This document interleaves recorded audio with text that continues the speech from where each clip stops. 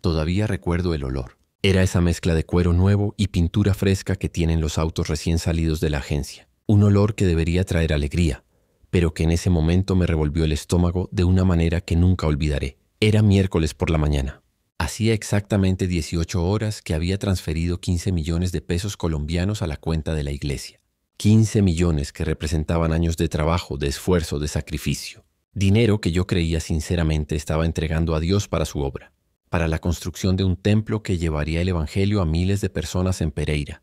Pero ahí estaba yo, parado frente al garaje del pastor Elías Darío Campos, mirando un Porsche Cayenne plateado que brillaba bajo el sol de la mañana. Las llaves todavía tenían la etiqueta del concesionario colgando. Me llamo Héctor Fabián Uribe. Tengo 52 años y soy empresario del sector de automatización industrial. Durante 12 años de mi vida fui parte de una comunidad evangélica en Pereira que llegué a amar como mi propia familia.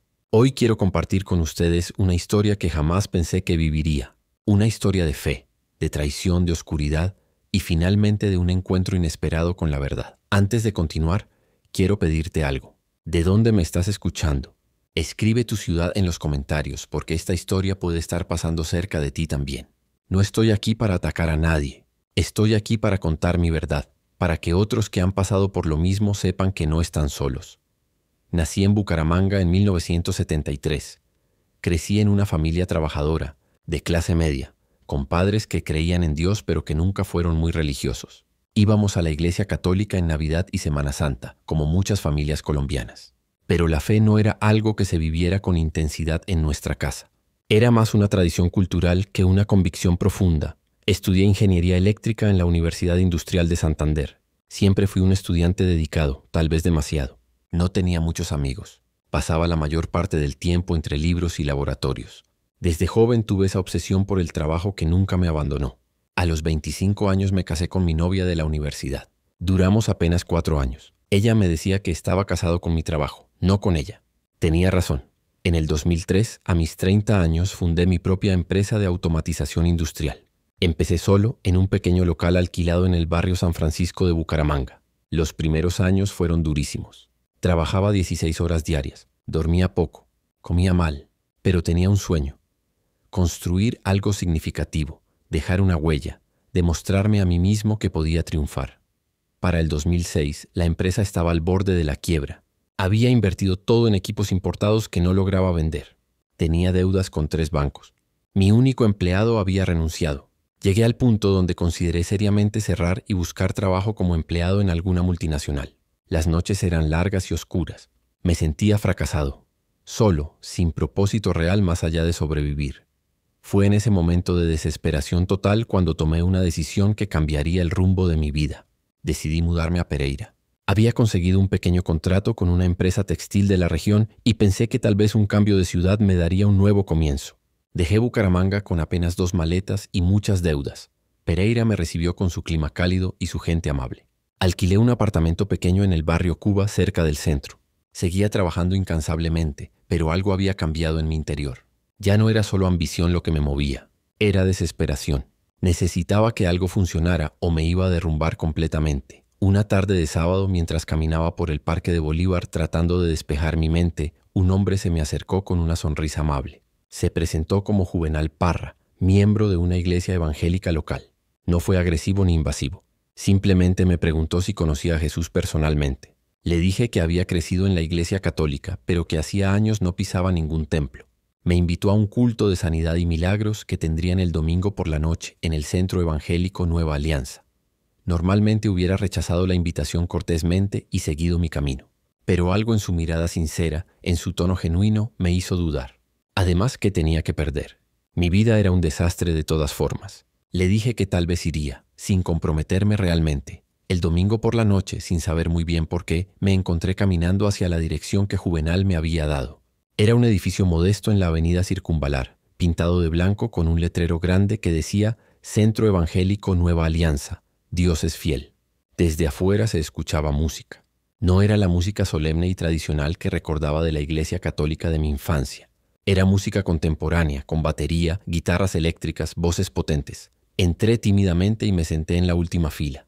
Había unas 300 personas, familias completas, Jóvenes, ancianos, gente de todas las edades cantando con los ojos cerrados y las manos levantadas. Había una energía en el lugar que yo nunca había experimentado. No sabía si me gustaba o me incomodaba, pero definitivamente era diferente a todo lo que conocía. Entonces lo vi por primera vez.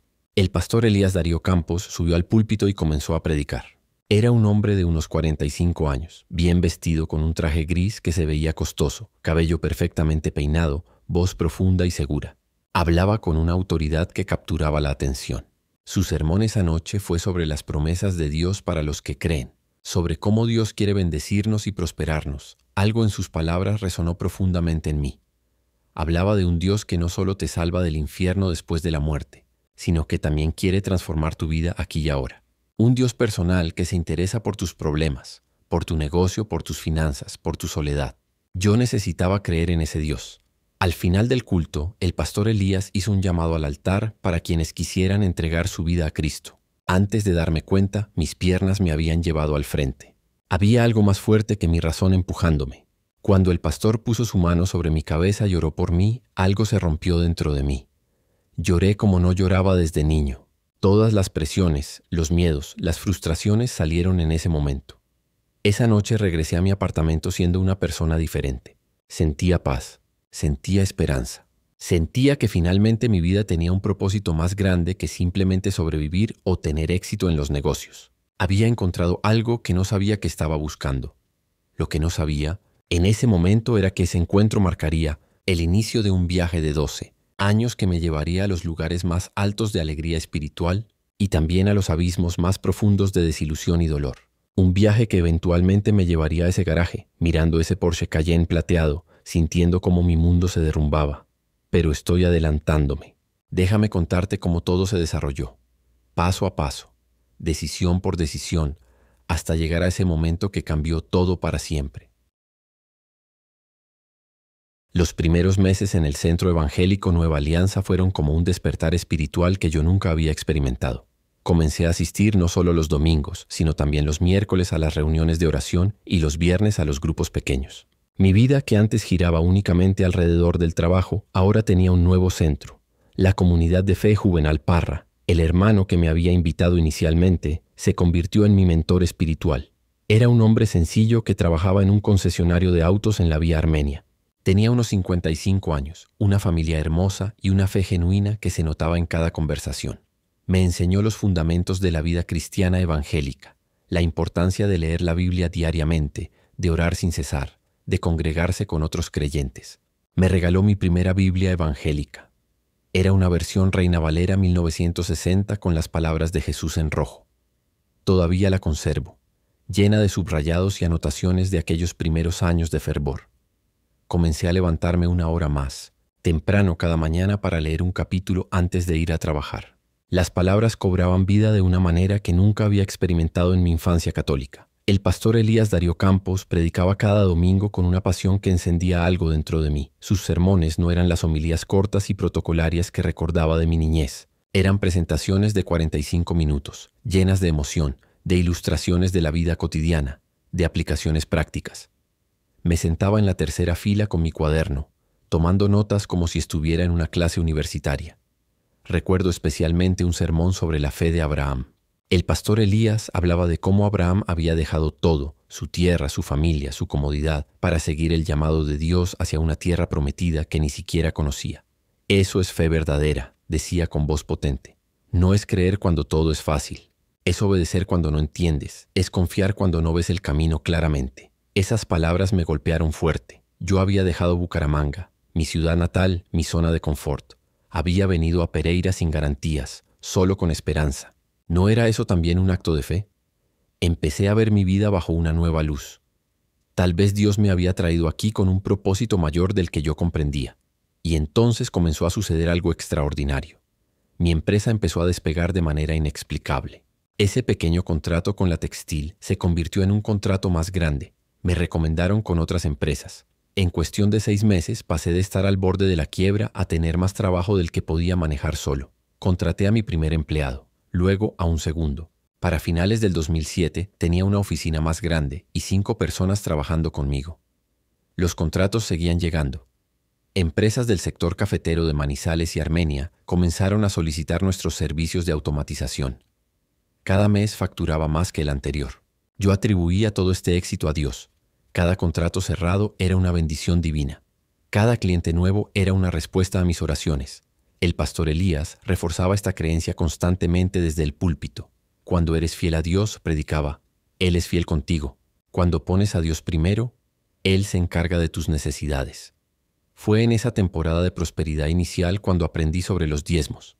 En una de las clases de nuevos creyentes nos enseñaron que el diezmo era el 10% de nuestros ingresos, que debíamos devolver a Dios como reconocimiento de que todo lo que tenemos viene de Él. Me enseñaron sobre Malaquías 3:10, donde Dios dice, «Trae todos los diezmos al alfolí y haya alimento en mi casa, y probadme ahora en esto, dice Jehová de los ejércitos, si no os abriré las ventanas de los cielos y derramaré sobre vosotros bendición hasta que sobreabunde».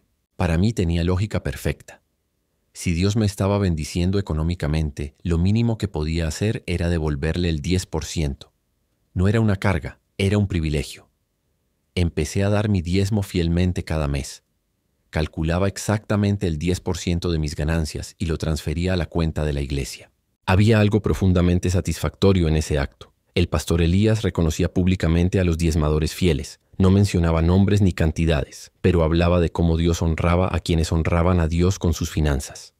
Yo me sentía parte de ese grupo especial de creyentes que realmente confiaban en Dios con todo, incluyendo su dinero. Con el tiempo comencé a involucrarme más profundamente en la vida de la iglesia. Me uní al ministerio de hombres.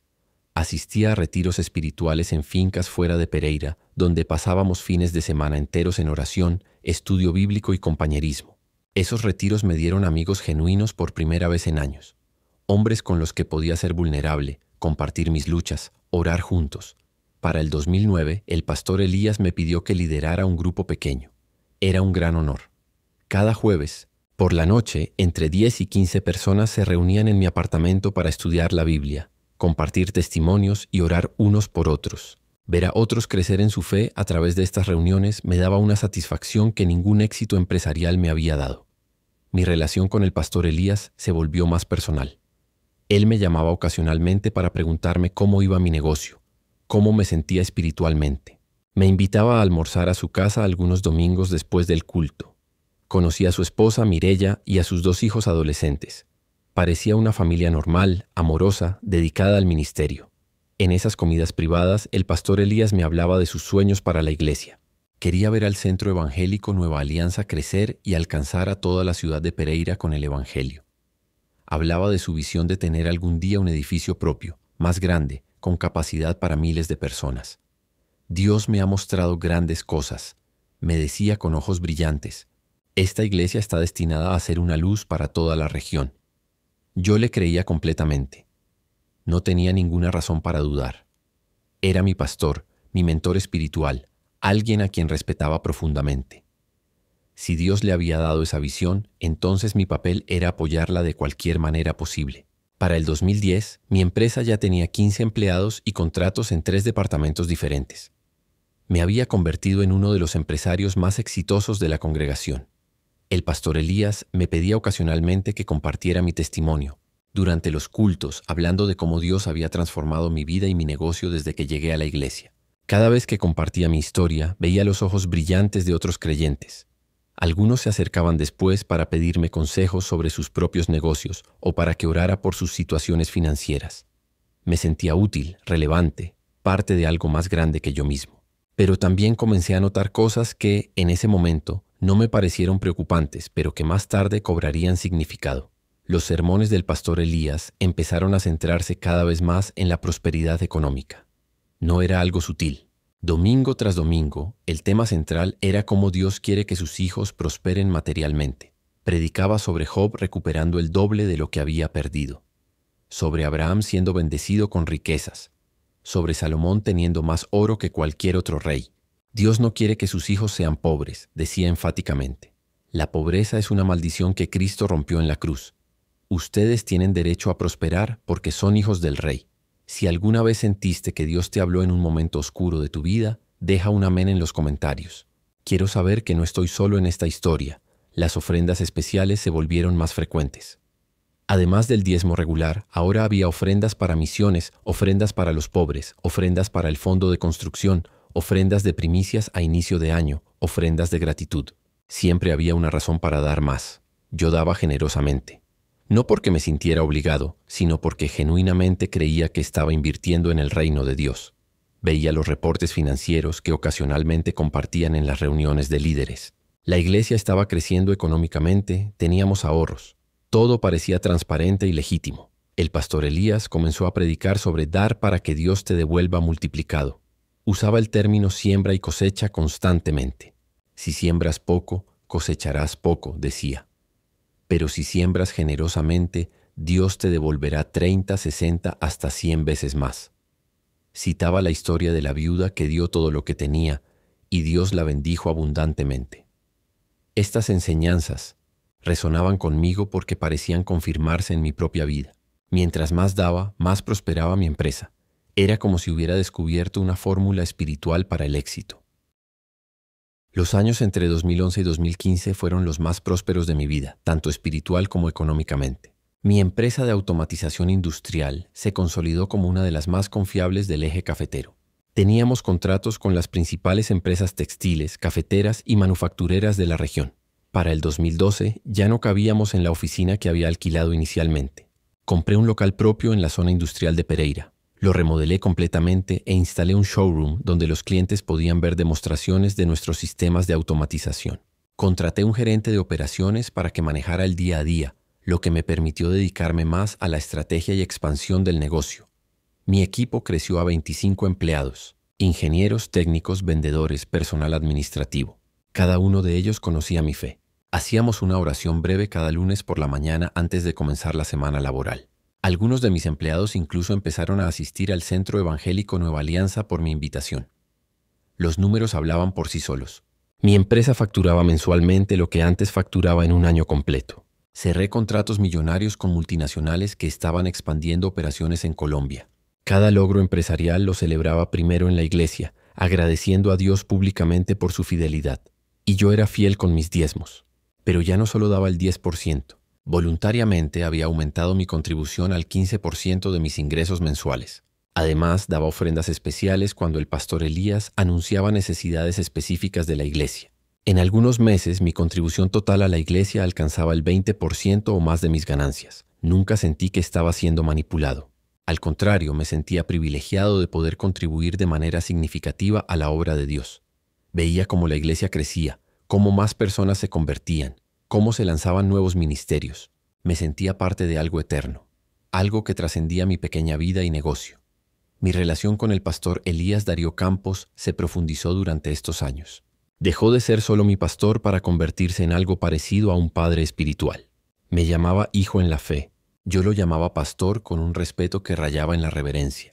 Él conocía los detalles íntimos de mi vida, mis luchas con la soledad después del divorcio, mis inseguridades empresariales, mis anhelos espirituales más profundos. Cenábamos juntos al menos una vez al mes. Él venía ocasionalmente a mi oficina para orar por mi negocio. Una vez me acompañó a una reunión importante con un cliente potencial y después de cerrar el contrato, me dijo: «Ves, Héctor, cuando invitas a Dios a tus negocios, Él abre puertas que nadie puede cerrar». Yo le creía completamente. El pastor Elías me incluyó en el círculo interno de líderes de la iglesia. No era parte de la junta directiva oficial, pero participaba en reuniones donde se discutían decisiones importantes. Me consultaban sobre asuntos financieros por mi experiencia empresarial.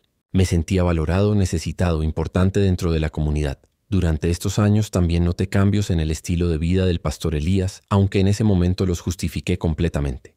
Su forma de vestir mejoró notablemente. Pasó de usar trajes sencillos a trajes que claramente eran de marca. Sus zapatos eran siempre impecables, italianos según comentaba ocasionalmente. Usaba relojes que se veían costosos, aunque cuando le pregunté una vez me dijo que eran regalos de hermanos agradecidos por su ministerio. Su automóvil también cambió. Recuerdo que cuando lo conocí en 2006, conducía un Chevrolet Corsa modesto. Para el 2011 tenía una camioneta Toyota Prado. Para el 2013, una BMW X5. Cuando algunos hermanos expresaban preocupación sobre estas mejoras tan notorias, el pastor explicaba desde el púlpito que Dios lo estaba bendiciendo por su fidelidad y que estas bendiciones confirmaban que estaba en la voluntad divina. «Hermanos», decía, Algunos piensan que los pastores debemos ser pobres para ser espirituales, pero eso es religiosidad. Dios quiere que sus siervos prosperen para que podamos ser testimonio de su poder. ¿Cómo voy a predicar sobre un Dios de abundancia si yo vivo en escasez? La congregación aplaudía. Yo también. Mirando atrás, me doy cuenta de cómo estos pequeños cambios eran señales de algo más grande que estaba sucediendo. Pero en ese momento, envuelto en mi propia prosperidad y en la euforia de pertenecer a una comunidad vibrante, no podía o no quería verlo. Las vacaciones del pastor Elías también se volvieron más exóticas. Comenzó a viajar frecuentemente al exterior. Miami, Panamá, España. Siempre presentaba estos viajes como tiempos de renovación espiritual o conferencias ministeriales. Traía fotos que proyectaba durante los cultos, mostrando las iglesias que había visitado o los pastores famosos con quienes se había reunido. En las reuniones de líderes, el pastor Elías compartía su visión de expansión cada vez más ambiciosa. Hablaba de plantar iglesias en otras ciudades, de crear una red de congregaciones bajo su cobertura espiritual, de tener un ministerio de alcance nacional. Todo esto requería, por supuesto, más recursos financieros. Yo era uno de los principales contribuyentes, aunque nunca se mencionaban nombres públicamente. Pero el pastor Elías me lo hacía saber en privado. Héctor, hermano, Dios está usando tu generosidad de manera poderosa, me decía. Tú eres un pilar de esta casa. Sin hombres como tú, esta visión no sería posible. Estas palabras me llenaban de orgullo espiritual. Para el 2014, la iglesia había crecido significativamente. Ya éramos casi 800 miembros activos. Los domingos teníamos que hacer 2 cultos porque no cabíamos todos en el edificio alquilado donde nos congregábamos. El pastor Elías comenzó a hablar más insistentemente sobre la necesidad de un edificio propio. Hermanos, predicaba con pasión, estamos pagando un alquiler que podríamos estar invirtiendo en nuestro propio templo. Estamos limitados en espacio cuando Dios quiere que crezcamos. Es tiempo de dar el paso de fe y construir la casa que Dios nos ha prometido. La congregación recibía estas palabras con entusiasmo. Se formó una comisión de construcción. Se contrató a un arquitecto. Se comenzaron a buscar terrenos apropiados en diferentes zonas de Pereira. Todo el proceso parecía profesional y transparente.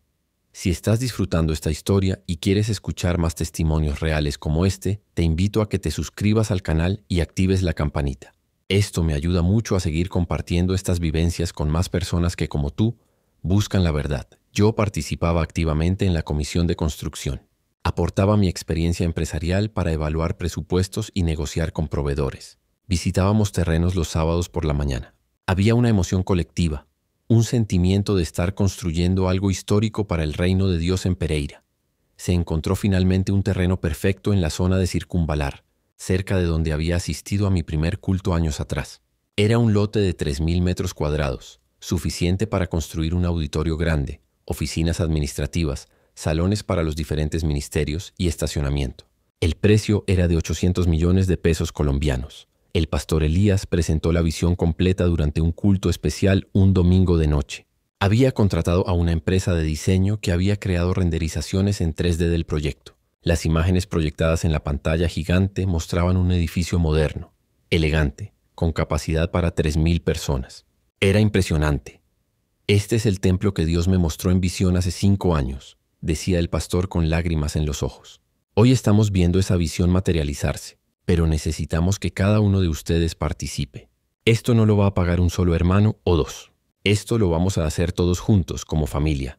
Se lanzó oficialmente la campaña de construcción que llamaron el Templo del Pacto Eterno. El costo total del proyecto, incluyendo terreno, construcción, equipamiento y permisos, era de 1.200 millones de pesos. Una cifra astronómica que parecía imposible para una congregación como la nuestra.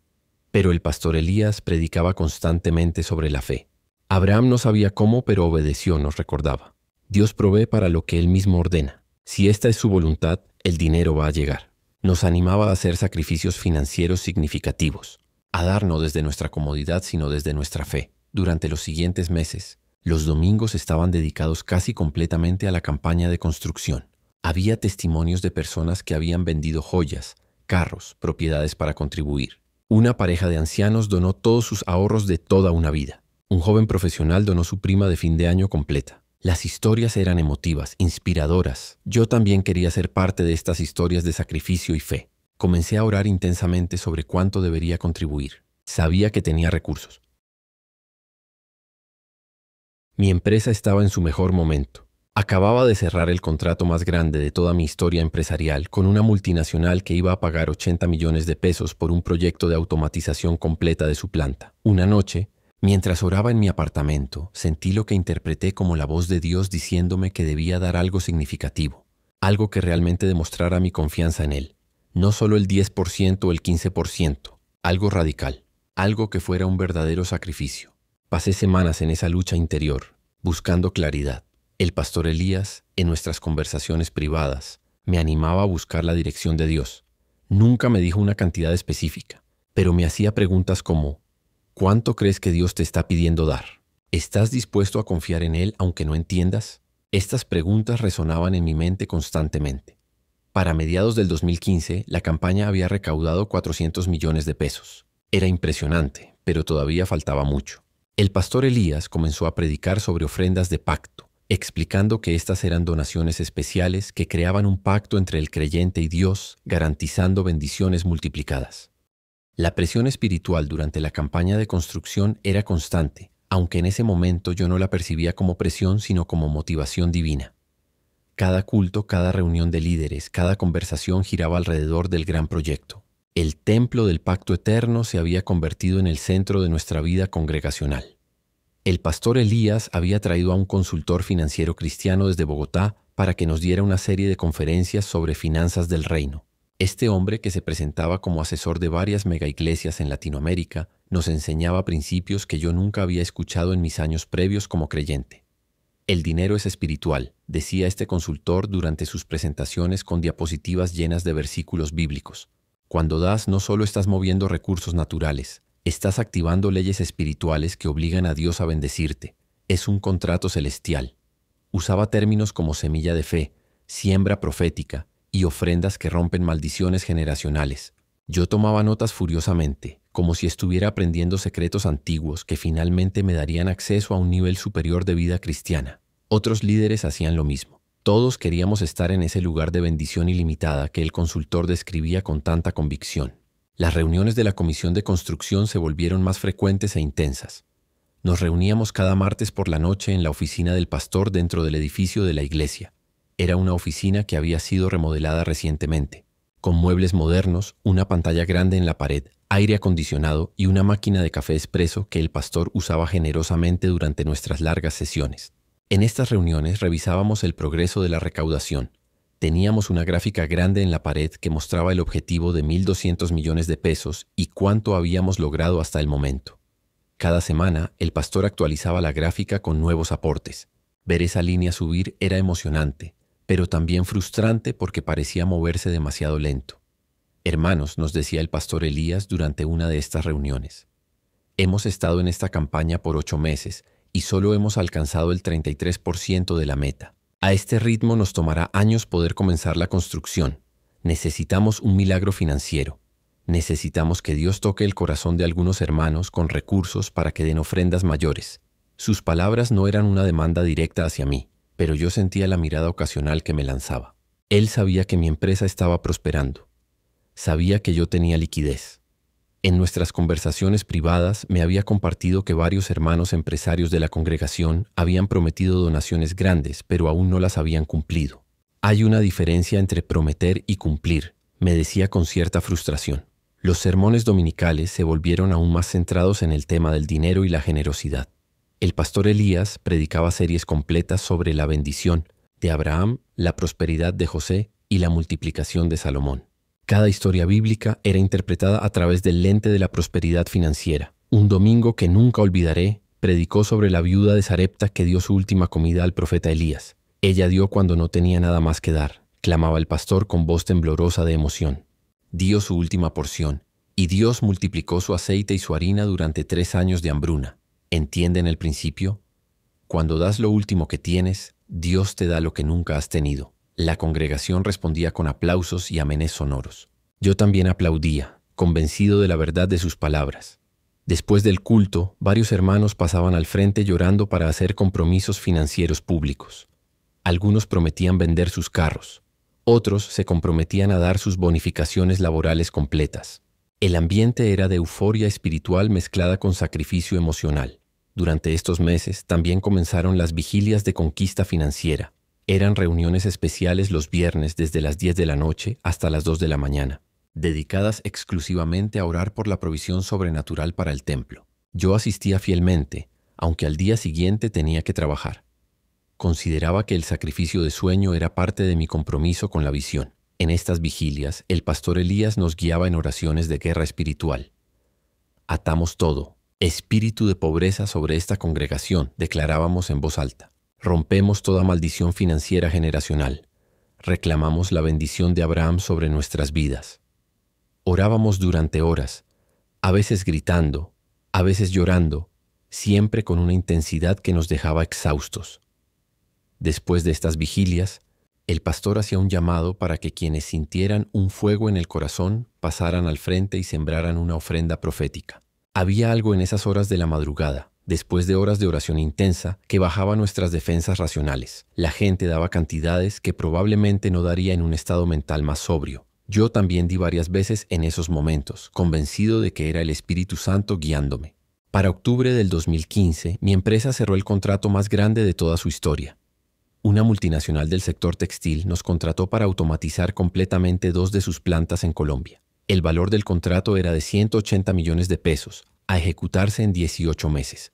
El anticipo solo representaba 80 millones de pesos que ingresaron a la cuenta de mi empresa. Cuando recibí la noticia, lo primero que hice fue llamar al pastor Elías. «Pastor, tengo que contarle algo increíble», le dije con emoción. Le compartí los detalles del contrato y él respondió con entusiasmo genuino. «Gloria a Dios, hermano Héctor. ¿Ves cómo Él responde cuando somos fieles? Esto es solo el principio de lo que Dios tiene para tu vida». Luego agregó algo que en ese momento sonó como consejo espiritual sabio. «Hermano, cuando Dios te bendice así, es importante que lo honres inmediatamente. No esperes. Da las primicias de esa bendición. Eso es lo que asegura que siga fluyendo la provisión divina». Yo asentí, completamente de acuerdo. Tenía sentido para mí. Durante las siguientes semanas entré en un periodo intenso de oración y ayuno. Quería escuchar claramente la voz de Dios sobre cuánto debía dar de este contrato para el templo. Ayuné 3 días completos tomando solo agua. Leía mi Biblia buscando dirección. Pasaba horas en mi apartamento de rodillas sobre el piso de madera de mi sala. ¿Alguna vez sentiste presión para dar dinero en la iglesia? ¿Te dijeron que era la voluntad de Dios, pero algo dentro de ti dudaba? Cuéntame tu experiencia en los comentarios. No estás solo. Una noche durante mi tiempo de oración, abrí mi Biblia aleatoriamente y mis ojos cayeron en 2 Corintios 9:6. El que siembra escasamente, escasamente también segará. Y el que siembra generosamente, generosamente también segará. Sentí que esas palabras eran una respuesta directa de Dios. Interpretaba que Él me estaba diciendo que no diera una cantidad pequeña o segura, sino algo significativo, algo que realmente fuera un acto de fe. Hice cálculos. Tenía 80 millones en anticipo del contrato. Después de impuestos y de reservar lo necesario para comenzar a ejecutar el proyecto, me quedaban disponibles aproximadamente 40 millones de pesos. Pero también tenía otros ahorros de proyectos anteriores. En total, mi liquidez inmediata era de unos 60 millones de pesos. Me debatía entre dar 5 millones, 10 millones o más. Cada cantidad parecía significativa, pero también parecía insuficiente comparada con la magnitud del proyecto del templo. Quería dar algo que realmente marcara una diferencia. Algo que, cuando el templo estuviera terminado, yo pudiera mirar y saber que había sido parte fundamental de su construcción. Solicité una reunión privada con el pastor Elías. Nos encontramos un miércoles por la tarde en su oficina. Le compartí sobre mi tiempo de oración y ayuno, sobre cómo sentía que Dios me estaba llamando a dar una ofrenda mayor de lo normal. Le pregunté qué pensaba él. El pastor me miró con seriedad y me dijo algo que resonó profundamente. «Héctor, yo no puedo decirte cuánto dar. Eso es entre tú y Dios. Pero te voy a hacer una pregunta. ¿Cuánto confías en Dios? ¿Confías lo suficiente como para dar algo que te cueste, que te haga depender completamente de Él y no de tus ahorros?» Sus palabras me golpearon. Tenía razón. Si daba una cantidad cómoda, ¿dónde estaba mi fe? La fe verdadera, según me habían enseñado, era dar cuando no tiene sentido lógico, cuando va contra la razón humana. Abraham había estado dispuesto a sacrificar a su único hijo. ¿No debería yo estar dispuesto a sacrificar una porción significativa de mi dinero? Después de más oración, tomé la decisión más grande de mi vida financiera hasta ese momento. Decidí donar 15 millones de pesos colombianos para el proyecto del templo. Era una cantidad que representaba casi el 25% de mi liquidez disponible. No era todo lo que tenía, pero era lo suficientemente grande como para que doliera, como para que requiriera fe genuina. Le comuniqué mi decisión al pastor Elías en otra reunión privada algunos días después. Su reacción fue de asombro y gratitud. Se levantó de su escritorio, rodeó el mueble y me abrazó fuerte. «Hermano Héctor, Dios va a honrar este sacrificio de una manera que no puedes imaginar», me dijo con lágrimas en los ojos. «Estás demostrando una fe que va a inspirar a toda la congregación». Oramos juntos en su oficina durante casi media hora. Él profetizó sobre mi vida, declarando que Dios iba a multiplicar mi empresa, que iba a abrir puertas internacionales, que iba a bendecir cada área de mi vida porque yo había honrado su casa. Yo recibí cada palabra con fe absoluta. Salí de esa oficina sintiéndome como un gigante espiritual. Esa misma tarde fui al banco e hice la transferencia. 15 millones de pesos de mi cuenta empresarial a la cuenta de construcción de la iglesia. Cuando el cajero me entregó el comprobante, sentí una mezcla de vértigo y paz. Era mucho dinero, pero también sentía que estaba haciendo lo correcto, que estaba obedeciendo a Dios, que estaba invirtiendo en algo eterno. El pastor Elías me pidió permiso para anunciar mi donación de manera general el siguiente domingo, sin mencionar mi nombre, pero sí la cantidad para motivar a otros. Yo acepté. Durante el culto, él anunció emocionado: «Hermanos, quiero compartirles que esta semana recibimos una ofrenda de 15 millones de pesos de un hermano empresario que confió en Dios radicalmente. Ya estamos en el 55% de nuestra meta. El milagro está sucediendo». La congregación estalló en aplausos. Algunos lloraban de emoción. Yo estaba sentado en mi lugar habitual en la tercera fila, sintiendo una mezcla de humildad y orgullo. Había hecho algo significativo para el reino. Había demostrado mi fe de manera tangible.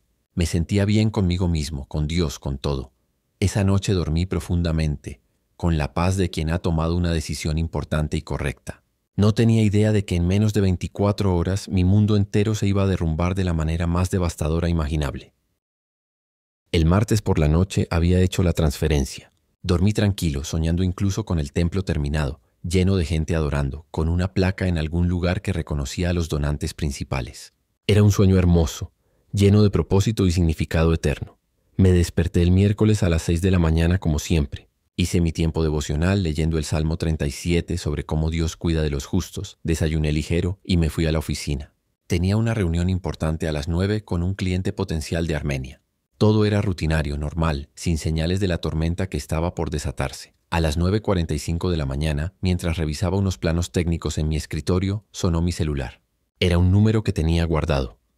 Juvenal Parra, el hermano que me había invitado a la iglesia años atrás y que trabajaba en el concesionario de autos de lujo en la vía Armenia. Hacía meses que no hablábamos directamente, aunque nos saludábamos los domingos en la iglesia. «Héctor, buenos días, hermano», dijo con una voz que sonaba extraña, como tensa. «¿Tienes unos minutos? Necesito hablar contigo sobre algo que vi esta mañana». Su tono no era casual. Había urgencia, incomodidad, algo que inmediatamente captó mi atención. «Claro, Juvenal, dime. ¿Está todo bien?», y pregunté dejando los planos a un lado y prestándole toda mi atención. Hubo un silencio breve, como si estuviera reuniendo valor para hablar. Luego dijo: «Héctor, no sé cómo decirte esto. Estuve pensando toda la mañana si debía llamarte o no, pero creo que tienes derecho a saber. Esta mañana, como a las 8:30, llegó el pastor Elías al concesionario donde trabajo. Mi corazón dio un salto, aunque no sabía por qué». «¿Sí? ¿Y qué pasó?», y pregunté tratando de mantener la calma. «Hermano compró un Porsche Cayenne nuevo, uno del año, modelo 2016, color plata. El precio de lista es de 280 millones de pesos. Dio un anticipo en efectivo de 80 millones y financió el resto a 3 años. Yo estaba en el área de entregas cuando lo vi. Firmó todos los papeles. Se tomó fotos con el auto. Estaba muy emocionado. Sentí como si alguien me hubiera golpeado en el estómago con un bate de béisbol. El aire salió de mis pulmones. Mis manos empezaron a temblar. Por un momento no pude hablar. Las palabras de Juvenal rebotaban en mi cabeza, pero no lograba procesarlas completamente. «Héctor, ¿estás ahí?», preguntó Juvenal preocupado por mi silencio. «Sí estoy aquí», logré decir con voz débil. «¿Estás seguro? ¿Estás completamente seguro de que era el pastor Elías?». «Hermano, lo conozco desde hace años. Hablé con él personalmente. Me preguntó por el mantenimiento incluido y las garantías. Es él, sin duda. Por eso te llamo. Sé que ustedes son cercanos y que tú estás muy involucrado en la iglesia. Pensé que debías saberlo». Mi mente trabajaba a velocidad frenética. Traté de encontrar explicaciones lógicas, defensas, cualquier cosa que hiciera sentido de esta información. Tal vez es un regalo de alguien, dije sin mucha convicción. O tal vez ahorró durante años. O quizás lo necesita para su trabajo ministerial, para viajar entre ciudades predicando. Juvenal suspiró al otro lado de la línea. Héctor, hermano, yo también quiero creer eso. Pero el anticipo de 80 millones en efectivo, ¿de dónde sale ese dinero? Y la fecha, tú hiciste una donación grande ayer, ¿verdad? No sé los detalles, pero en la iglesia se comenta que un hermano dio 15 millones esta semana. Su último comentario fue como un segundo golpe. La conexión temporal era demasiado obvia para ignorarla. Yo había transferido 15 millones el martes por la tarde. Menos de 20 horas después, el pastor Elías estaba comprando un auto de lujo con un anticipo de 80 millones en efectivo. Juvenal, te agradezco que me llamaras, dije tratando de mantener la compostura. Necesito procesar esto. Hablamos luego. Colgué antes de que pudiera responder. No podía seguir hablando. Sentía náuseas. Me levanté de mi escritorio y caminé al baño privado de mi oficina. Me encerré. Abrí la llave del lavabo y me eché agua fría en la cara repetidamente. Me miré en el espejo. Mi rostro estaba pálido. Mis ojos mostraban algo entre shock y rabia. No me reconocía. Regresé a mi escritorio y cancelé todas mis reuniones del día. Le dije a mi secretaria que no me sentía bien, que no me pasara llamadas, que necesitaba estar solo. Cerré la puerta de mi oficina y me senté en mi silla giratoria, mirando por la ventana hacia la zona industrial de Pereira sin realmente ver nada. Las preguntas bombardeaban mi mente sin parar. ¿De dónde había sacado el pastor Elías 80 millones en efectivo? ¿Cuántos otros como yo habían dado ofrendas grandes pensando que iban para el templo? ¿Cuánto del dinero recaudado había sido desviado? ¿Desde cuándo estaba sucediendo esto? ¿Era la primera vez o había un patrón? Traté de defenderlo mentalmente. Busqué desesperadamente explicaciones alternativas. Quizás había heredado dinero. Quizás su esposa tenía una familia rica. Quizás había invertido sabiamente en el pasado y ahora estaba cosechando. Quizás alguien le había regalado el dinero específicamente para que comprara un auto mejor para su ministerio. Pero ninguna de estas explicaciones resonaba verdadero. Yo conocía al pastor Elías. Conocía su historia. Sabía que venía de una familia humilde de un pueblo cerca de Pereira. Su esposa era maestra de escuela.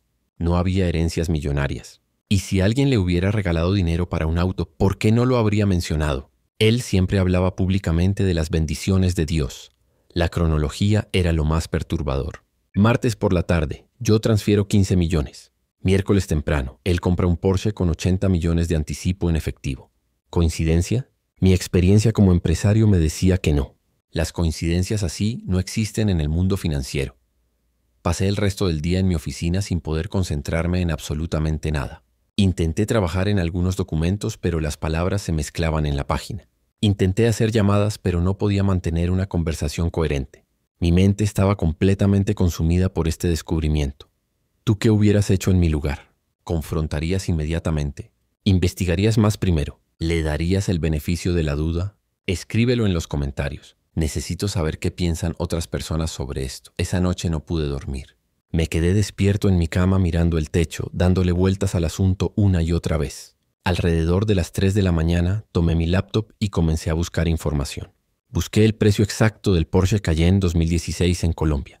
Era tal como Juvenal había dicho, entre 270 y 290 millones dependiendo de los extras. Busqué también sobre casos de pastores que habían desviado fondos de iglesias. Encontré docenas de historias, cientos, pastores en Estados Unidos, Brasil, México, hasta en Colombia. Historias de mansiones compradas con diezmos, de jets privados financiados por ofrendas, de cuentas bancarias secretas en paraísos fiscales. Era un patrón global, no casos aislados. Una historia en particular me impactó. Era de un pastor en Brasil que durante 15 años había estado desviando fondos de su mega iglesia. Nadie sospechó nada porque él era carismático, predicaba poderosamente, la iglesia crecía. Fue solo cuando un contador interno encontró irregularidades que todo se destapó. Para entonces había desviado más de 10 millones de dólares. Las vidas de miles de creyentes fueron devastadas cuando se conoció la verdad. ¿Estaba yo viviendo la misma historia? ¿Era yo uno más en una larga lista de creyentes ingenuos que habían sido manipulados emocionalmente para financiar el estilo de vida lujoso de un líder religioso corrupto? Al día siguiente, jueves por la mañana, decidí que necesitaba más información antes de confrontar a alguien. Llamé a un amigo contador que no era de la iglesia pero que sabía manejar con discreción. Le pedí que me ayudara a investigar cualquier información pública sobre propiedades o activos a nombre de Elías Darío Campos Ruiz, el nombre completo del pastor. Mi amigo tardó 2 días en conseguir información. Lo que encontró me dejó helado. El pastor Elías tenía registradas a su nombre 3 propiedades: su casa en Pereira, que yo conocía, un apartamento de lujo en Santa Marta valorado en 450 millones de pesos, y un lote en un condominio campestre cerca de Pereira valorado en 200 millones.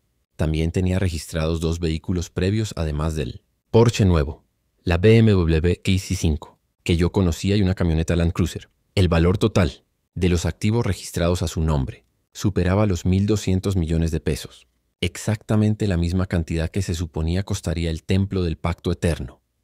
Sentí que el piso desaparecía bajo mis pies. No podía ser coincidencia. Un pastor de una iglesia de 800 miembros en Pereira, cuyo salario oficial, según me habían comentado una vez, era de aproximadamente 8 millones al mes, tenía activos por más de 1.000 millones de pesos. Los números no cuadraban de ninguna manera posible con ingresos legítimos. El viernes por la mañana, sin pensarlo demasiado, manejé hasta la casa del pastor Elías. Eran las 10 de la mañana. Sabía que usualmente estaba en casa a esa hora preparando sus sermones. Necesitaba verlo. Necesitaba preguntarle directamente. Necesitaba darle la oportunidad de explicar antes de llegar a conclusiones definitivas. Toqué el timbre. Su esposa Mireya abrió la puerta con una sonrisa que se desvaneció al ver mi expresión. «Héctor, ¿estás bien? Te ves terrible», dijo con preocupación genuina. «Necesito hablar con el pastor Elías». «¿Está en casa?», pregunté sin rodeos. «Sí, está en su estudio». «Pasa», dijo haciéndose a un lado. Mientras caminaba hacia el estudio, que estaba en la parte trasera de la casa, tuve que pasar por el garaje. Y ahí estaba, el Porsche Cayenne plateado, reluciente, todavía con el olor a nuevo. Ver ese auto confirmó todo. Ya no había duda. Ya no había espacio para el beneficio de la duda.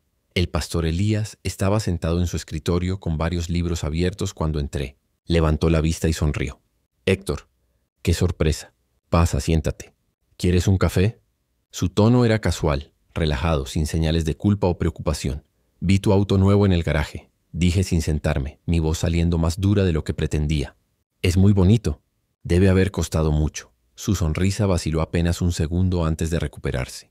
«Ah, sí, el Cayenne. Es hermoso, ¿verdad? Ha sido una bendición de Dios. Finalmente pude hacer una buena inversión después de años de ahorrar». «¿Años de ahorrar?», repetí con incredulidad evidente en mi voz. «Pastor, ese auto cuesta casi 300 millones. El anticipo solo fueron 80 millones en efectivo, según me informaron». ¿De dónde salió ese dinero? La atmósfera en el estudio cambió instantáneamente. La sonrisa desapareció completamente de su rostro. Sus ojos se endurecieron. ¿Quién te informó? ¿Y desde cuándo mis finanzas personales son asunto tuyo, Héctor? Su respuesta defensiva me dijo todo lo que necesitaba saber. Si hubiera sido inocente, habría explicado alegremente. Habría compartido la historia de bendición. Pero en lugar de eso atacó. «Pastor, yo doné 15 millones hace 3 días para el templo. Menos de 24 horas después, usted compra un auto de lujo. ¿Cómo quiere que eso se vea?». El pastor Elías se levantó lentamente de su escritorio. Su cuerpo adoptó una postura que no le había visto antes, tensa, defensiva, peligrosa. Sus ojos ya no eran los ojos amables del pastor que yo conocía. Eran los ojos de alguien sintiéndose acorralado, amenazado. «Mira, Héctor», comenzó caminando lentamente hacia mí. «Tú estás cuestionando a alguien que es ungido por Dios. ¿Sabes lo que dice la Biblia sobre eso? La Biblia dice claramente que no debemos tocar al ungido de Dios, que quien toca al ungido, maldición viene sobre su vida». Su invocación del concepto del ungido intocable fue exactamente la manipulación que más tarde entendería que era su defensa favorita contra cualquier cuestionamiento. Pero en ese momento, sorprendentemente, no funcionó conmigo. Tal vez era la rabia que estaba hirviendo en mis venas. Tal vez era que había pasado demasiadas noches sin dormir pensando en esto. Tal vez era que finalmente algo dentro de mí se había roto de la manera correcta. «Pastor, eso no es una respuesta. Eso es una amenaza disfrazada de espiritualidad», respondí con una calma que me sorprendió a mí mismo. «Yo no estoy dudando de que Dios existe o de que su unción es real. Lo que estoy preguntando es si usted está usando fondos de la iglesia para financiar su estilo de vida personal». El pastor Elías caminó hacia su puerta y la cerró. Luego regresó y se sentó nuevamente en su escritorio, invitándome a sentarme con un gesto. Por un momento pareció considerar ser honesto. Respiró profundamente. Me miró directamente. «Héctor, hermano», dijo con un tono que trataba de ser paternal pero que sonaba hueco. Tú no entiendes cómo funciona el ministerio a este nivel. Un pastor debe verse bendecido para que su congregación vea el poder de Dios. Si yo ando en un auto viejo, ¿cómo voy a predicar sobre un Dios de abundancia? Mis hermanos no creerían mi mensaje, pero si ven que Dios me ha bendecido materialmente, entonces saben que estoy predicando la verdad. Sus palabras sonaban casi razonables si no hubiera estado tan furioso. Casi podría haber funcionado con alguien menos informado. Pero yo estaba bien informado. Eso es justificación pura, pastor, respondí. Usted me enseñó que debemos vivir con integridad. Me enseñó sobre el testimonio de los apóstoles, sobre cómo Pedro dijo, no tengo plata ni oro, pero te doy lo que tengo. Me enseñó sobre Jesús diciéndole al joven rico que vendiera todo y lo diera a los pobres. ¿Dónde está esa enseñanza ahora? El pastor Elías cambió de táctica. Su expresión se volvió más benevolente, más condescendiente. Héctor, creo que Satanás está trabajando en tu mente. Creo que hay un espíritu de crítica, de juicio, que está tratando de separarte de la bendición de Dios. Eso que estás sintiendo no es el Espíritu Santo, es el enemigo, aquella. Fue la frase que finalmente rompió algo dentro de mí. El pastor no iba a asumir responsabilidad.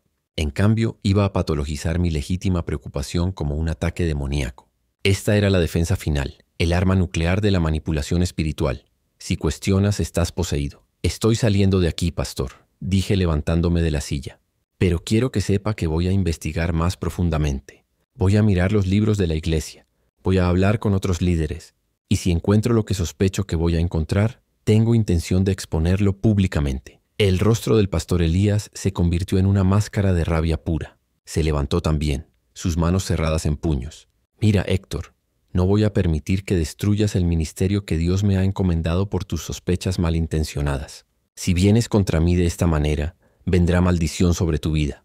Yo tengo autoridad espiritual sobre ti como tu pastor. Y en el nombre de Jesús declaro que todo lo que hagas para atacarme será destruido. Mientras pronunciaba esas palabras de maldición, levantaba sus brazos de manera amenazante. Por un momento pensé que podría intentar golpearme. Instintivamente retrocedí hacia la puerta. Adiós, pastor, dije, y salí de su estudio. Caminé rápidamente a través de la casa. Mireya me vio pasar y preguntó si estaba bien, pero no respondí. Subí a mi auto, manejé algunos kilómetros hasta un lugar apartado en las afueras de Pereira. Estacioné en la carretera y vomité violentamente en la cuneta. Los siguientes días fueron los más oscuros de mi vida. No podía ir a trabajar normalmente. Mi mente estaba demasiado consumida. Pasaba horas en mi oficina con la puerta cerrada, sin responder llamadas. Mi equipo notaba algo estaba mal, pero no sabía qué. Comencé a recopilar información. Contacté a otros líderes de la iglesia que tenían acceso a los libros financieros. Varios confirmaron lo que yo sospechaba. Había discrepancias significativas entre lo que se reportaba públicamente como recaudado para el templo y lo que realmente estaba en la cuenta. Miles de millones parecían estar en un estado de proyectos especiales o gastos administrativos sin documentación clara. Uno de los líderes, un hombre honesto llamado Ramiro, que era contador de profesión, me explicó con evidencia clara que había indicios de desviación de fondos. Héctor, he estado silencioso por miedo, pero lo que está pasando aquí no es correcto, me dijo en un café lejos de la iglesia. El dinero simplemente desaparece en categorías mal definidas. No hay recibos, no hay justificación. Es fraude, claro. Compartí mis hallazgos con otros líderes. La reacción fue dividida. Algunos me escucharon con preocupación. Otros me pidieron que no hablara más sobre el tema, diciendo que estaba sembrando división, que estaba cuestionando lo que Dios estaba haciendo, que debería confiar en el pastor. Una reunión particularmente desgarradora fue con Juvenal Parra, mi amigo que me había invitado a la iglesia años atrás. Cuando le compartí todo lo que había descubierto, su rostro se entristeció profundamente. Héctor, yo también lo he visto, me confió. Pero tengo miedo. El pastor me ha amenazado. Dijo que si abro mi boca sobre sus finanzas me va a excluir de la iglesia. Va a decir que soy un hereje, que voy a perder mi salvación. Esa conversación fue cuando realmente entendí el patrón. El pastor Elías no solo estaba desviando dinero. Estaba usando el poder espiritual para silenciar a quien descubriera sus acciones. Quien lo cuestionara sería tachado de rebelde, de poseído, de destructor del ministerio. Para el domingo siguiente, el pastor Elías predicó un sermón completo sobre cómo identificar a los espíritus de crítica y división en la iglesia. No mencionó mi nombre directamente, pero era claro que estaba dirigido a mí. Hablaba de cómo en los últimos tiempos Satanás enviaría personas para destruir desde adentro, para generar dudas sobre el liderazgo. Quien no puede ver la bendición de Dios sobre su pastor, predicaba apuntando al aire, Está bajo engaño del enemigo. La congregación respondía con amén sonoros. Algunos miraban alrededor tratando de identificar al rebelde. El ambiente era de caza de brujas. Ese domingo, varias personas que me saludaban habitualmente evitaban mi mirada. Asistí a un par de servicios más después de eso, esperando que las cosas se aclararan, que hubiera una rendición de cuentas pública. Pero en lugar de eso, el pastor Elías simplemente me ignoraba o me miraba con frialdad cuando nuestros ojos se cruzaban. No había sermones de esclarecimiento, solo había sermones atacando a mis sospechas. En una reunión de líderes, me pidió directamente que me abstuviera de hablar sobre mis preocupaciones con otros miembros. Esto está causando confusión, dijo oficialmente. Vamos a investigar internamente y cuando esté listo compartiremos nuestras conclusiones con la congregación. Nunca se llevó a cabo investigación alguna. Pasaron 2 semanas, luego un mes. La tensión se volvía insoportable. La comunidad que había sido mi familia durante 12 años me estaba rechazando lentamente. Las invitaciones a eventos sociales dejaron de llegar. Mis amigos cercanos en la iglesia comenzaban a distanciarse, temerosos de ser asociados conmigo. Si esto te resuena, si pasaste por algo similar, escribe, no estás solo en los comentarios. Necesito saber que hay otros que han sentido este dolor de la traición espiritual. Decidí finalmente hacer pública mi preocupación. Escribí un correo bien documentado a todos los miembros de la junta directiva de la iglesia, compartiendo mis hallazgos financieros y solicitando una auditoría externa. También envié copias a varios pastores amigos en otras iglesias de Pereira para que hubiera testimonio externo de mis acciones. La respuesta fue inmediata y devastadora. El pastor Elías convocó a una reunión especial a puerta cerrada donde, según escuché después, me acusó de calumnias, rebelión, espíritu de Judas. Recomendó oficialmente a la congregación que no tuvieran comunión conmigo hasta que me arrepintiera de mis acusaciones malintencionadas. En lenguaje evangélico, eso se llama disciplina eclesiástica. En realidad, era excomunión. Mi grupo pequeño de los jueves simplemente desapareció. Cuando envié un mensaje preguntando si nos reuniríamos esa semana, recibí respuestas breves diciendo que necesitaban un tiempo de pausa. Nunca reiniciamos. Las amistades se secaron. Hombres que habían llorado conmigo en retiros espirituales ahora evitaban mis llamadas. Mi empleado cristiano que había asistido a la iglesia por mi influencia renunció, diciendo que sentía presión espiritual para distanciarse de mí. Lo más doloroso fue ver a Juvenal. Una semana después de que hablamos sobre el tema, lo vi en la iglesia un domingo. Estaba parado con otros hombres. Cuando nuestros ojos se cruzaron, literalmente se giró para no verme. La amistad que había iniciado mi jornada de fe había sido sacrificada por miedo. Dejé de asistir a la iglesia en octubre del 2015. Simplemente no pude seguir yendo. Cada domingo era una prueba de resistencia psicológica que no podía soportar. Me quedaba en casa leyendo la Biblia solo, tratando de entender qué había hecho mal, dónde había fallado espiritualmente. Los meses siguientes fueron como vivir en una depresión clínica no diagnosticada. Me levantaba sin propósito. Iba a trabajar porque tenía que mantenerme ocupado, pero sin pasión. Regresaba a mi apartamento y pasaba horas sentado en la oscuridad sin hacer nada. Perdí 12 kilos. Mi cabello comenzó a encanecerse notoriamente. Mi médico me ofreció antidepresivos, pero los rechacé, sintiéndome como si no mereciera alivio. Lo más perturbador era que estaba cuestionando todo. ¿Había sido mi fe alguna vez genuina? ¿O había sido una construcción emocional manipulada desde el principio? ¿Existía realmente Dios o todo era una ilusión elaborada? ¿Podía volver a confiar en alguien alguna vez? Una noche, alrededor de las 2 de la mañana, me encontré escribiendo cartas de despedida en mi laptop. Escribía sobre cómo todo en mi vida había sido una ilusión, cómo el fracaso estaba en mi ADN, cómo sería un alivio no existir más. No llegué a terminarlas, pero el hecho de que las escribiera me mostró cuán profundo era mi abismo emocional. Mi asistente personal, Amparo Restrepo, una mujer católica que trabajaba conmigo desde hacía 5 años, fue quien notó que algo no estaba bien. Un día en la oficina, después de que hice un comentario desganado sobre la futilidad de la vida, ella se me acercó con genuina preocupación. «Héctor, he notado que has estado muy diferente las últimas semanas. ¿Está todo bien? ¿Hay algo en lo que pueda ayudarte?», preguntó con esa calma que siempre la caracterizaba. Por primera vez en meses decidí abrirme completamente con alguien. Le conté todo. La iglesia, las donaciones, la traición, el pastor Elías, la exclusión de la comunidad, mi crisis existencial. Todo. Amparo me escuchó sin interrumpirme, sin juzgarme, con una compasión que hacía meses no sentía de nadie. Cuando terminé, ella simplemente me dijo: «Héctor, lo siento profundamente. Has sido herido por personas que llevaban el nombre de Dios pero que no vivían el Evangelio. Eso es tragedia. Pero eso no significa que Dios no sea real o que no sea digno de tu fe. Solo significa que pusiste tu fe en hombres en lugar de en Dios. Y eso es comprensible. Pero ahora necesitas reconectarte con Dios mismo, no con una institución o un líder. Esas palabras fueron el primer rayo de luz en mi oscuridad. ¿Cómo hago eso?, pregunté débilmente. Amparo dudó un momento, como si estuviera considerando cuidadosamente sus palabras. Luego dijo algo que cambiaría el curso de mi vida espiritual nuevamente. Héctor, nunca he sido proselitista contigo. Hemos trabajado juntos 5 años y he respetado tu fe evangélica. Pero si alguna vez quisieras explorar una tradición cristiana, donde la fe no se centra en la personalidad de un líder, sino en una estructura histórica que ha durado 2000 años, me encantaría compartir algo sobre el catolicismo. Inicialmente rechacé la idea completamente. Todo lo que me habían enseñado sobre la Iglesia Católica era negativo. Idolatría mariana, supersticiones, tradiciones humanas, etc. Pero Amparo no presionó. Simplemente me dijo que la oferta estaba abierta si alguna vez cambiaba de opinión. Pasaron 3 semanas después de esa conversación con Amparo.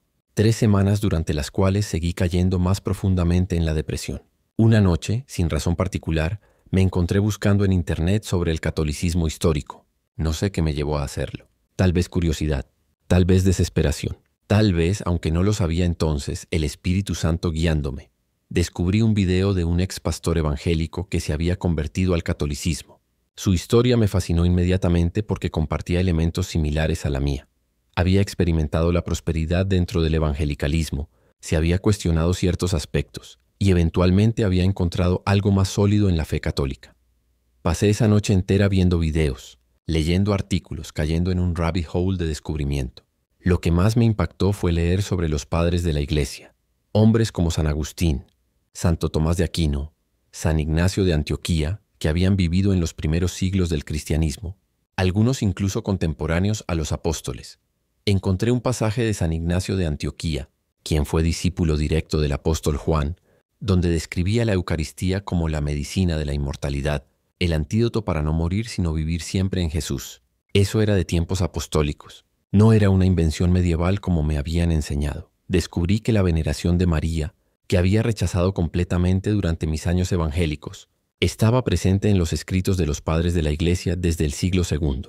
La estructura de la Iglesia con obispos, sacerdotes y diáconos no era un desarrollo posterior, sino parte del orden original desde los tiempos apostólicos. Al día siguiente, en la oficina, busqué a Amparo. Quiero aprender más sobre el catolicismo, le dije directamente, pero no de manera emocional. Necesito entender la historia, la teología, la razón por la cual la Iglesia Católica cree lo que cree. Amparo sonrió, la primera sonrisa genuina de simpatía que le había visto en meses. Te voy a dar algunos libros, y si quieres puedo presentarte con el padre Gustavo de la Catedral de Manizales. Es un sacerdote muy sabio, de unos 60 años, muy paciente con personas que tienen preguntas difíciles. Durante los meses siguientes, comencé un proceso que la Iglesia Católica llama RICA, Rito de Iniciación Cristiana de Adultos. Básicamente era un programa de catecismo para adultos que querían convertirse al catolicismo. Se reunían una vez por semana en la Catedral de Manizales, a unos 45 minutos de Pereira. El padre Gustavo Morales era exactamente lo que Amparo había descrito. Un hombre mayor con cabello completamente blanco, ojos amables detrás de gafas y una paciencia infinita con mis preguntas, frecuentemente desafiantes o suspicaces. Nuestras primeras sesiones fueron difíciles. Yo traía todas mis objeciones, todos mis prejuicios evangélicos sobre el catolicismo. ¿Por qué invocan a María? ¿No es eso adoración? ¿Dónde dice en la Biblia que debemos hacer eso? El padre Gustavo respondía pacientemente explicando la diferencia entre adoración, latría, que solo se le da a Dios, y veneración, dulía, que es respeto y honor dado a los santos. María fue la primera creyente, explicaba. Ella dijo, hágase en mí según tu palabra. ¿No deberíamos honrar a la mujer que dijo el sí más importante de la historia? No le estamos pidiendo que nos salve. Estamos pidiéndole que ore por nosotros, así como les pediríamos a nuestros amigos que oren. Ella está en la presencia de Dios, así que sus oraciones son poderosas. Algo en esa explicación tenía sentido para mí, de una manera que mis prejuicios evangélicos no permitían que entendiera antes. Estudié profundamente la Eucaristía. Leí las palabras de Jesús en Juan 6. Yo soy el pan vivo que descendió del cielo. Si alguno comiere de este pan, vivirá para siempre. Y el pan que yo daré es mi carne, la cual yo daré por la vida del mundo. Leí las explicaciones de Santo Tomás de Aquino sobre la transubstancia. Eso que me había parecido absurdo antes, ahora cobraba sentido profundo. Durante uno de nuestros encuentros, el padre Gustavo me preguntó: Héctor, ¿qué es lo que más te atrae del catolicismo? ¿Por qué sigues viniendo después de todos estos meses? Pensé seriamente en la pregunta. Creo que es la solidez, respondí. En mi experiencia evangélica, todo dependía de un líder. Si el líder era bueno, la congregación era buena. Si el líder era corrupto, todo era corrupto. Pero aquí hay algo que ha durado 2000 años, que ha sobrevivido imperios, que ha atravesado continentes. Los sacramentos no dependen de la santidad personal del sacerdote. Si el padre que me bautiza es un pecador, el bautismo es igualmente válido porque no es el padre quien bautiza, es Cristo actuando a través de él. El padre asintió. Eso es la gracia, Héctor. La gracia es lo que distingue al cristianismo. Dios no nos ama porque seamos dignos. Dios nos ama porque Él es amor y ofrece su gracia a través de los sacramentos independientemente de quién sea el instrumento. Para febrero de 2016, había completado el curso de Rica. El padre Gustavo dijo que estaba listo para recibir los sacramentos, pero primero necesitaba hacer una confesión sacramental. Eso me aterrorizaba. ¿Tengo que confesar con un sacerdote? ¿No puedo simplemente orar a Dios en privado? Y pregunté nerviosamente. Cristo le dijo a Pedro: «Lo que desates en la tierra será desatado en los cielos», explicó el Padre. Esto es sobre recibir absolución sacramental. Es sobre la certeza de que has sido perdonado. No es solo sentimiento, es una promesa de Dios. Cuando escuchas las palabras, tus pecados te son perdonados. Sabes con certeza que es verdad. El día de mi confesión llegué al confesionario con las manos temblando. Había escrito una lista de pecados. Pasé 45 minutos confesar 12 años de vida. Mis fracasos, mis decepciones, mi rabia, mis dudas, mis momentos de desesperación. El padre Gustavo me escuchó sin juzgar. Cuando terminé, me dio una penitencia ligera y rezó la oración de absolución. Cuando escuché esas palabras, Dios, el Padre de las misericordias, te reconcilia consigo mismo por la muerte y resurrección de su Hijo. Tus pecados te son perdonados. Algo profundo ocurrió dentro de mí. No fue un acto emocional dramatizado. Fue algo más quieto, más profundo. Era como si 12 años de peso hubieran sido literalmente removidos de mi espalda. Salí del confesionario llorando, pero de una manera diferente que las lágrimas emocionales manipuladas que había experimentado en revivals evangélicos. Estas eran lágrimas de paz genuina. Mi confirmación fue en una misa especial un domingo en Manizales. Amparo vino conmigo, junto con algunos compañeros de trabajo que sabían sobre mi conversión. Cuando el obispo me ungió con el crisma y pronunció las palabras de confirmación, sentí una presencia que no sabía cómo describir. No fue espectacular o dramático, fue tranquilo y profundo. Mi primera comunión fue una experiencia que cambió mi vida espiritual para siempre. Había estudiado la teología de la Eucaristía durante meses, pero nada me preparó para el momento real. Cuando el padre Gustavo me extendió la hostia consagrada y dijo: «El cuerpo de Cristo», y yo respondí: «Amén», algo cambió en mi comprensión de qué significa la encarnación. El pan en mi boca se veía como pan, se sentía como pan, pero yo sabía que era el cuerpo real de Cristo, no porque lo sintiera emocionalmente, sino porque Jesús lo había prometido.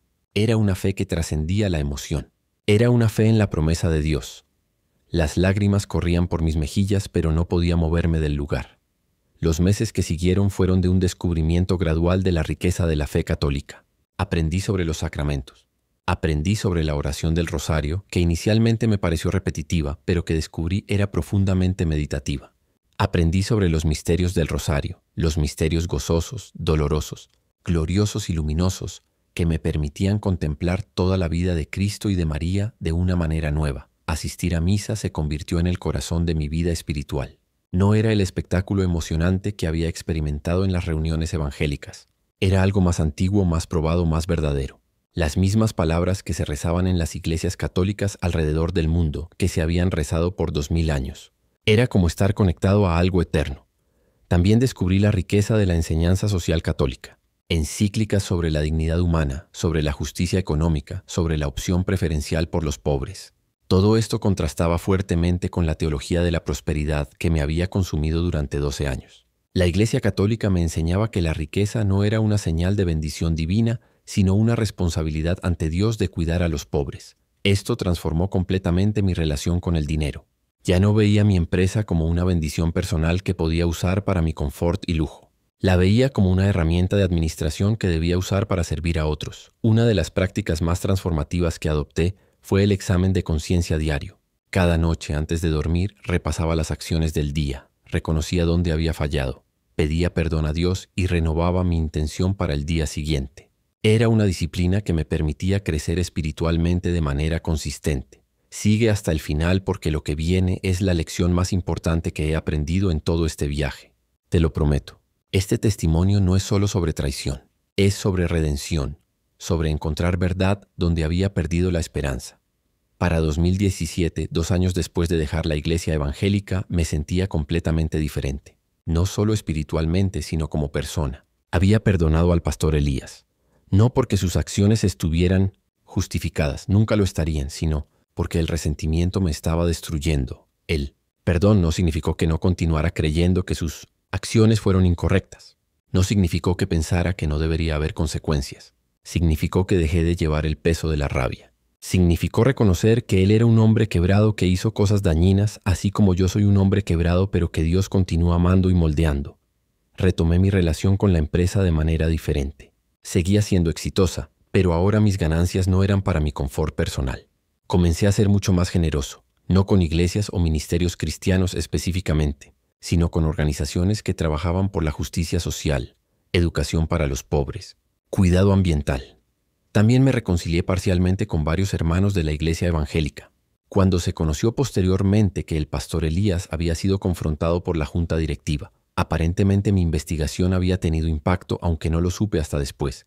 Algunos hermanos se acercaron a mí pidiéndome disculpas por haberme rechazado. Perdoné, sin amargura.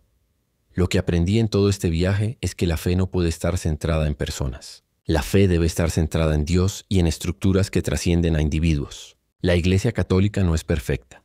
Tiene sus propios escándalos, sus propios líderes corruptos, sus propios problemas. Pero ofrece algo que el evangelicalismo carismático no ofrecía. Una estructura que protege a los fieles de la corrupción de líderes individuales. Hoy, años después, veo mi tiempo en la iglesia evangélica no como tiempo perdido, sino como parte necesaria de mi jornada. Allí aprendí a amar a Cristo de una manera apasionada. Allí aprendí a leer la Biblia con seriedad. Allí desarrollé una pasión por el evangelio que no había tenido antes. Pero también aprendí que la pasión sin sabiduría puede llevarte a lugares peligrosos. Aprendí que la emoción puede ser manipulada. Aprendí que la fe verdadera debe ser más que sentimientos. La fe católica me ha dado lo que el evangelicalismo no pudo.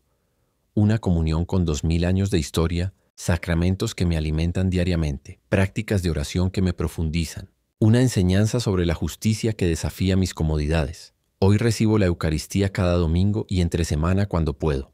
Cada vez que recibo el cuerpo de Cristo, recuerdo ese momento en mi primera comunión. Recuerdo que Dios no me abandonó en mi noche oscura del alma, que Él estaba esperándome con paciencia infinita, listo para guiarme a un lugar de mayor verdad, mayor paz, mayor solidez. Si estás leyendo esto y has sido herido por líderes religiosos como yo lo fui, quiero que sepas que hay esperanza. No todos los líderes religiosos son corruptos. No toda fe está construida sobre manipulación.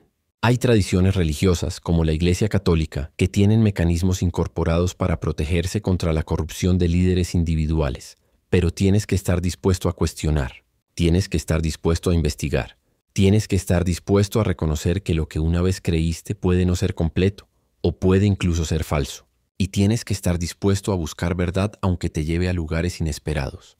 Mi viaje me llevó donde nunca imaginé que iría, pero estoy en paz, estoy en casa. He encontrado lo que estaba buscando.